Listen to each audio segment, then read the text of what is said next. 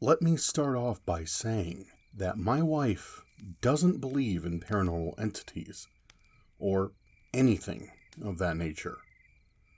We have 3 cats, and one of them likes to be a rebel, jumping onto counters and meowing at the top of his lungs, just looking for attention. He does this throughout the night, and it's a regular occurrence. Last night, after a few beers and video games, I decided it was time to head to bed with my wife. When I woke up this morning, my wife was basically attached to me with wide eyes and a nervous look on her face. I asked her what was wrong, and she proceeded to tell me what happened last night. She said that around 2:50 in the morning, she was woken up to a noise that sounded like one of our cats downstairs meowing unusually loud. After giving himself a few seconds to perk up and fully pay attention, she said that the meows sounded more like a person trying to mimic a cat, and it kept saying, "Hello." After meowing for 2 to 3 minutes, a loud bang came at our door, and then a notification went off for a motion sensor at our front door. When she told me this, I checked my phone, and sure enough, there was a notification for motion detected at 2:52 a.m. I asked her why she didn't wake me up so I could grab my gun.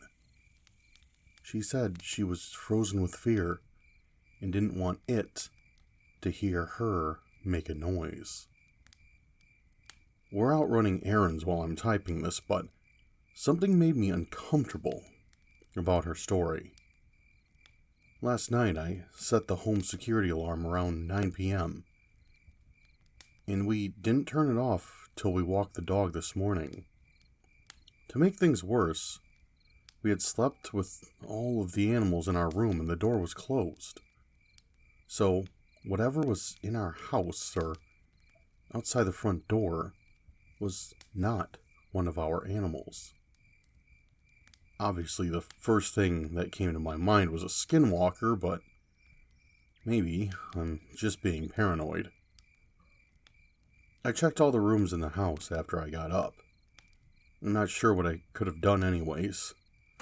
It's very odd that my wife was scared so badly by something she didn't necessarily believe in. We bought this house brand new, so no one has lived here before.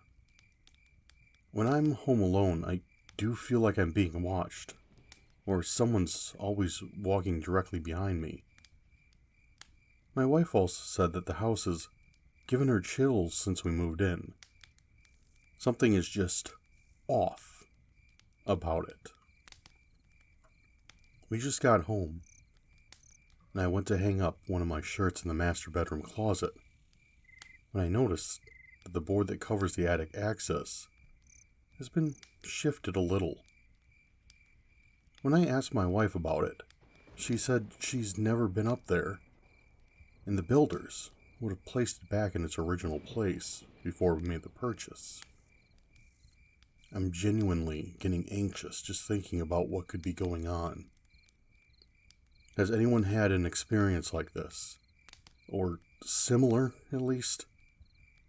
We're going to my mother-in-law's to get some sage. My wife said burning it should keep whatever's around our house away.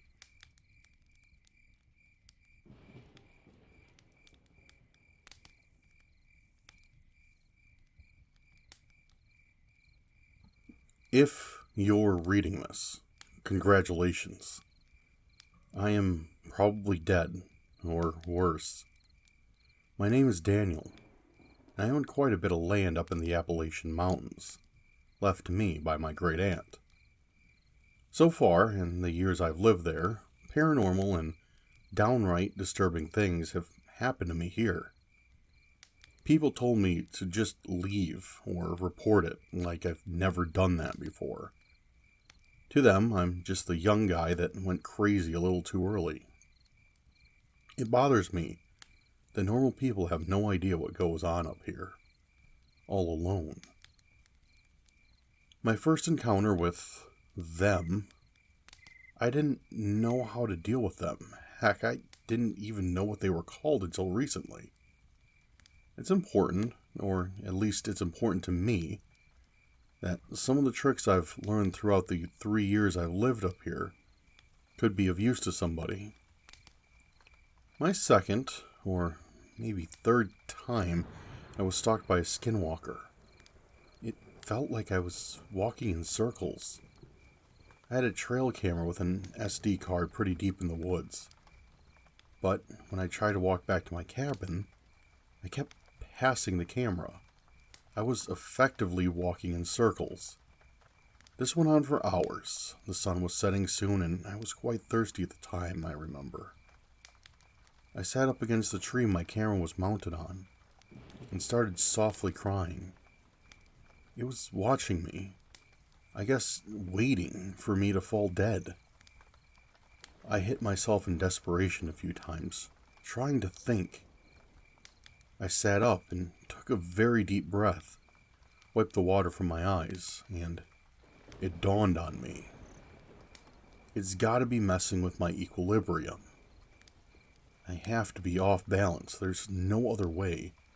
Teleportation in hindsight sounded stupid. But I could walk, but my depth perception was slightly off. All I had to do was tilt my head as far as it would go into my shoulder and walk back to my cabin. My ear was pressed into my shoulder, but even with one ear, I could still hear how anxious the creature sounded pacing the woods, hoping I didn't get away. Once I made it inside my cabin, I didn't come out for a couple days, for safe measures. Another trick they know is mimicking animals. I found that they like coyotes. I used to coyote hunt quite a bit back home, but never made it here in the mountains. I seen a couple on my deer camera that looked like, right after I left my camera, a coyote would follow me back a while, if not all the way home. I had to stop that real quick and set out some snares. All a snare would and could do was jam the coyote's leg into the mechanism until a button is pressed and the whole thing would unlock. I set out a couple of them, but also rubbed a white ash on all of the traps. And sure enough, the next time I start walking back from my camera, I hear the sound of one go off. I quickly ran back to where I had laid the traps drawn, and all that was left was a trap in 3 separate bent-up pieces, and the subtle scent of burning hair in the air. Every time I checked the camera after that, a coyote with a nasty burn scar on its leg would stop where the camera was mounted and turn around and walk back into the brush. And lastly, do not engage in any type of combat with them. Warding them off is one thing, but actively hunting them is a mistake. I wish I'd known that sooner. I had 2 buddies back in town I used to tell my stories to. Alcohol loosens the lips. Their names were James and Cole. I'm pretty sure they were cousins, but I never asked. Thinking about it now, I wish I would have gotten to know them better. Long story short, they're dead. And I'm dying. This morning they came and pounded in my door, insisting we hunt these skinwalkers. I told them it was a very bad idea, but they even took the liberty of buying silver bullets. They told me how much they cost, but I can't remember right now. I finally caved and we prepared all day. We first started making a large amount of white ash, cleaning our guns. Heck, they even packed MREs and special high-dollar spotlights. We set off right as the sun went down. We weren't 3 hours in when disaster struck. We're all sitting around a tree. I could tell these skinwalkers were watching us. They're all around us, multiple, I'm frantically scanning everything with my spotlight, not even realizing Cole wasn't with us anymore. I asked James where he was, but he didn't seem nervous at all, and told me he may have had to pee. I turned back to face my front, and there, I see Cole. He's a good distance out, but something wasn't right. He was contorting in a ways a human never could. I start to turn around to ask James what we should do, but halfway around I heard James's guttural sounding breathing, like his lungs were filling with blood. I couldn't stand to be there anymore, and booked it back to the cabin. The forest seemed like it was laughing at me in my desperation to run home. I knocked my flashlight running, and it was slowly getting dimmer and dimmer. I eventually had to ditch it and use some of the flares Cole and James bought. I pulled the top off and struck it against a tree, and the red lit up the surrounding forest. There were so many of them. 10, 20, probably more, but as luck would have it, they never attacked me. I could see the cabin and flung the door open and shut it behind me. I ran for the upstairs bedroom and quickly got into the old wooden closet where I'm typing this. I don't hear them, but they're outside my house. Unfortunately, I did end up getting clawed, or maybe bitten. It's not a terrible wound, but it's bleeding black. If you can send help, please do. I really need it this time.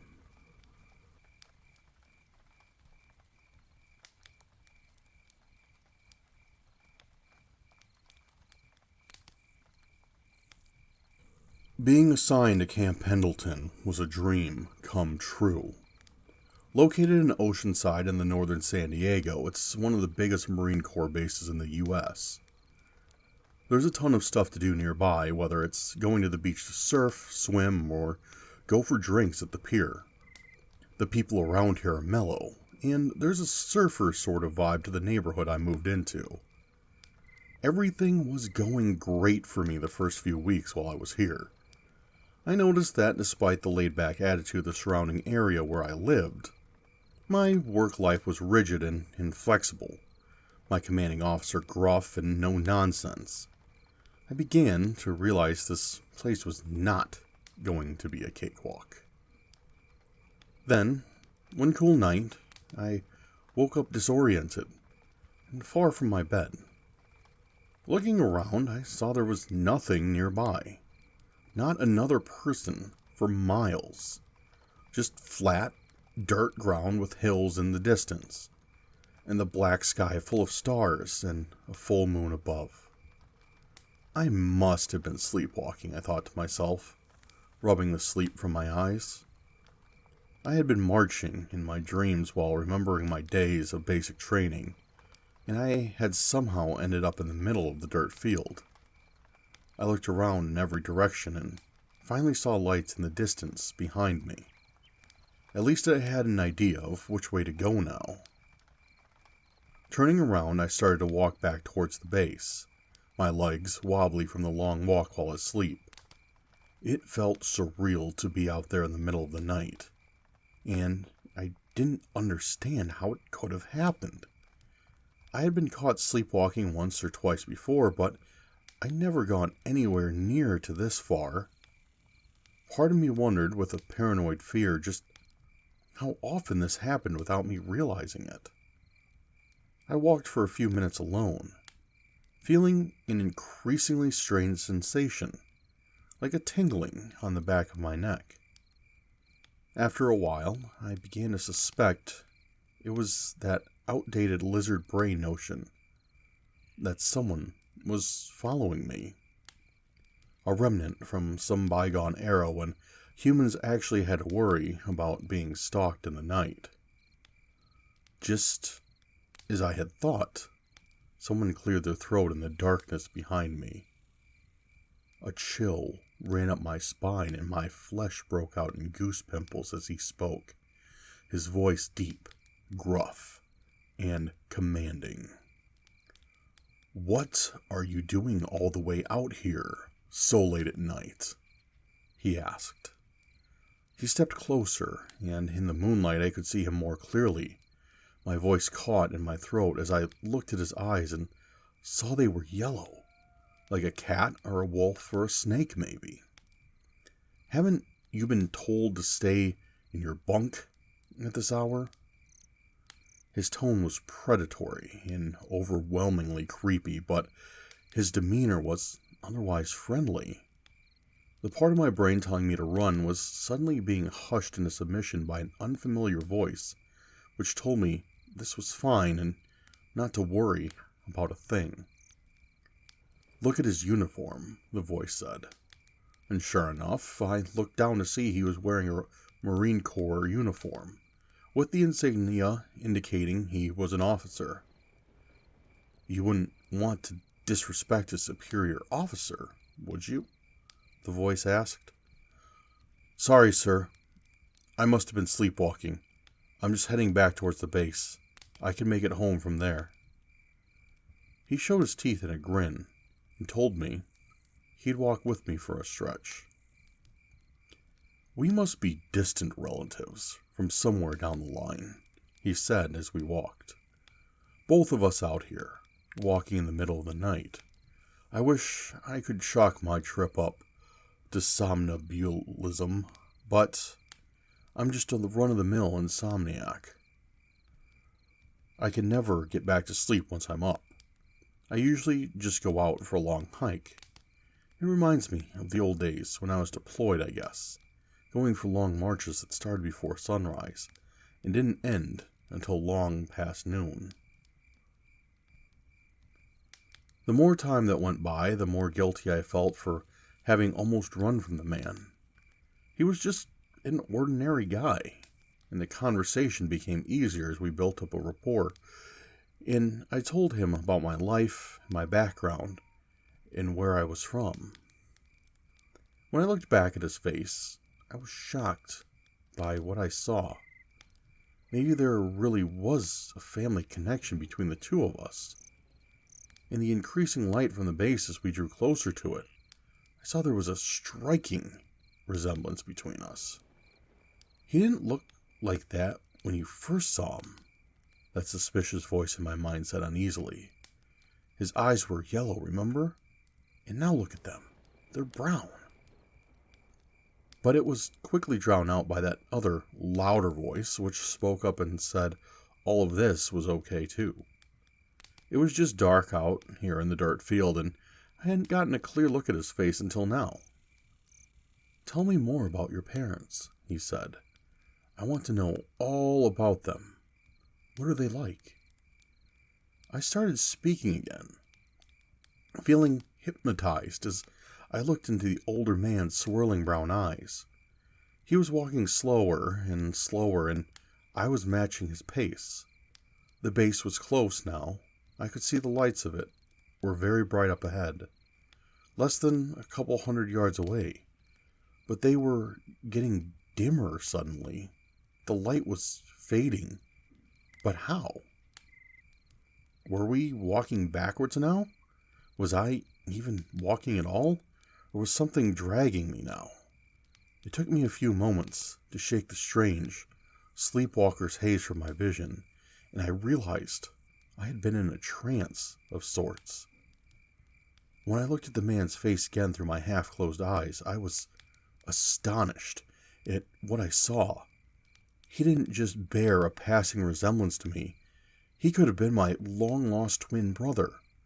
His eyes were the same shade of brown, his hair close-cropped and chestnut, his jaw was defined, and his nose was sharp and angular. But his smile and his teeth, those were not like mine at all. They were pointed and long, designed for tearing flesh from bone and ripping it to shreds. He was pulling me, dragging me across the dirt, deeper into the darkness again. "Who are you?" I heard myself asking, and in that second, he changed completely. It wasn't like in a horror movie when you see a man turn into a werewolf over a matter of a few minutes. The metamorphosis was not slow and drawn out. Instead, it happened in a split second. I blinked, and the man who looked like me was no longer there. In his place was an indescribable monster, tall, with long limbs, pale gray skin, and pitch black eyes. Its jaw unhinged as it revealed teeth longer and sharper than those belonging to a wolf or a bear. It reminded me of that strange, ethereal, white-masked creature from Spirited Away, full of hate and hunger and wanting to consume everything. It didn't appear solid. This thing looked like it was made of shadows. A shot was fired suddenly, bringing me out of my hypnotized stupor. I realized that I was being dragged away from the base. The creature had my shoulder between its jaws and was biting down so hard I could feel it grating against the bone. Another shot rang out, and I heard a few people yelling. There were footsteps, and I heard something approaching from behind me. The thing tried to pick me up in its jaws, and it was so massive and so strong that it actually succeeded momentarily. I thrashed and punched it in the face, kicking it in the eyes. My shoulder was on fire, and my entire arm felt like it was dangling by a thread, as if it would pop off at any second, unhinging at the joint like a Thanksgiving turkey drumstick. And then, for a second, I thought it would. It popped out of the socket and dislocated. The flesh began to rip and tear and bleed. The creature nearly tore my arm clean off as another shot rang out. I gave it one more good, hard kick to the face, and the already wounded monster dropped me to the ground, letting out a low moan of pain. It fell, its form turning into a large black puddle of darkness like an oil spill, before skittering off into the night like an infinitely long centipede.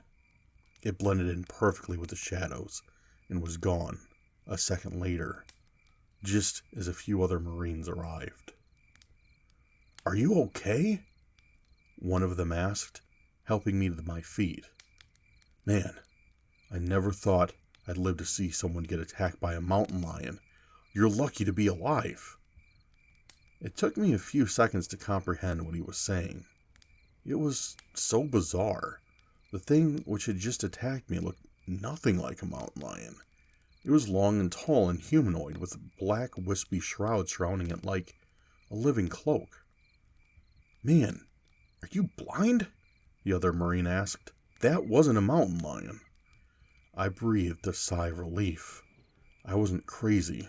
Someone else had seen the thing as well. It was a wolf. A big gray wolf, man. I've never seen one so big. You sure are lucky to be alive, though. That's for sure. Do you want us to call for an ambulance? I shook my head. No, I'll be fine. I can walk. I took a nervous look at them both, as if judging for myself again whether they were human or not. But I decided these two were the real McCoy. Not for them. I would have been that thing's dinner. The two of them walked me back towards the base, and I tried to decide whether I should tell them the truth of what I had really seen. But with each step we took, the memories started seeming more and more surreal and dreamlike, to the point where I even started to convince myself I had exaggerated what happened. Maybe it was a mountain lion, or a gray wolf far from its pack, desperate for food. But no, the memories could have been wiped away, but the teeth marks were not. They were strange, and totally unlike anything a wolf or a mountain lion might leave. When I went to the infirmary to get the bites looked at, they told me they'd never seen anything like them before. After several sets of blood cultures and antibiotics, they never did figure out what was wrong with me, or how to get rid of my symptoms. Sleepwalking being primary among them. I would get up from my hospital bed in the night and I would take a whole team of security guards to get me back into my room. So desperate I was to escape. Back to the fields, I told the men. I needed to get back to the dirt fields to march. All they could do was watch as my symptoms got worse, and this black, vein-like formations began to spread from the bite wounds, like a dark plague, spreading throughout my body. Everything is so cold now, and I feel like I'm losing control. I don't want to feel like this, but I can't help it. Whatever bit me, it infected me. Its contagion is spreading throughout my system, and I can no longer fight it. I get these windows of time when I'm with it enough to speak and live my life, and then I get a period of darkness where I remember nothing. They discharged me recently, leaving me alone to deal with the symptoms myself. I think they're worried about having me so close to the base. They don't know what I'm capable of anymore. Most nights, I wake up far from home and don't know how I got there. Just like that night in the dirt field, like I'm sleepwalking all over again. Except, that's not what this is.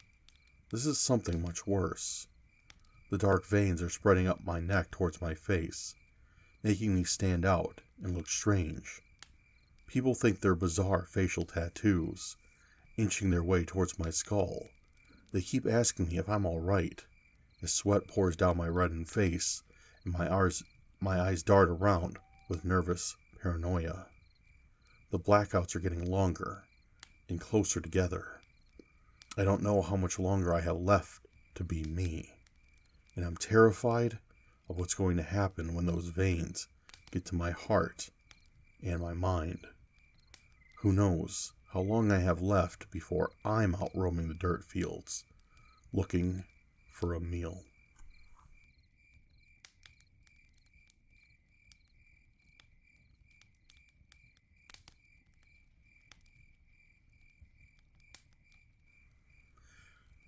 I am writing this now as a call for help. I am desperate, and I don't know what to do. My name is Michael. I own a dairy farm in the Great Plains near Navajo Reservation, along with my brother. The farm was built by our parents before we were born, and it was passed down to us after their death. It's a pretty big farm. It has 2 barns, a well, and a house, where we spend most of our free time. Although, I've always dreaded this place because it's the place where our parents died, or at least, where they were found. My parents died when we were both 19. Their bodies were found mutilated in the well. There was nothing stolen or destroyed. If not for the blood trail leading to the well, we would have never found them. The case was passed as a murder, but they never had any suspects, and me and my brother were too ravaged by the event to think about it. Years passed, and we forgot about the event. Well, until 2 weeks ago. We were gathering food for the cows using an old tractor. It was pretty dark, but we didn't use its headlights because the battery was too old and couldn't stand them being on for very long. As I was loading up the food, I heard my mom's voice calling for me from behind some bushes. "Michael, it's been too long. Come to me." But it sounded weird, as if spoken through an old radio. I was terrified. I looked at my brother.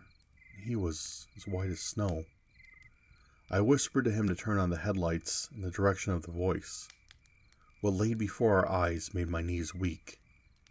It was a coyote, but its legs were pitch black, and it was standing on its back legs. I jumped in the tractor, and we noped our way out of there as fast as we could. We arrived at the house and locked the door. That's the moment when I passed out. I woke up in the middle of the night. I thought all that just happened was a dream, but then I saw my brother telling me to stay quiet and pointing his shotgun at the door. And I heard it again. "Michael, come here, my dear." Then it started to knock, softly, on the door. That didn't last for very long, though. The knocking turned into banging. Then my brother started looking through the window at that thing. He realized we were looking at it and let out the most horrific screech I've ever heard before it ran off. An hour later, it started again, the voice and the knocking. I searched it up on the internet and I learned they are called Skinwalkers, evil Navajo men that sold their soul. Calling their names supposedly attracts them. I hope writing it doesn't trigger them. My brother wants to go outside and face it. I'm afraid we won't see the light of day again. Please, help us.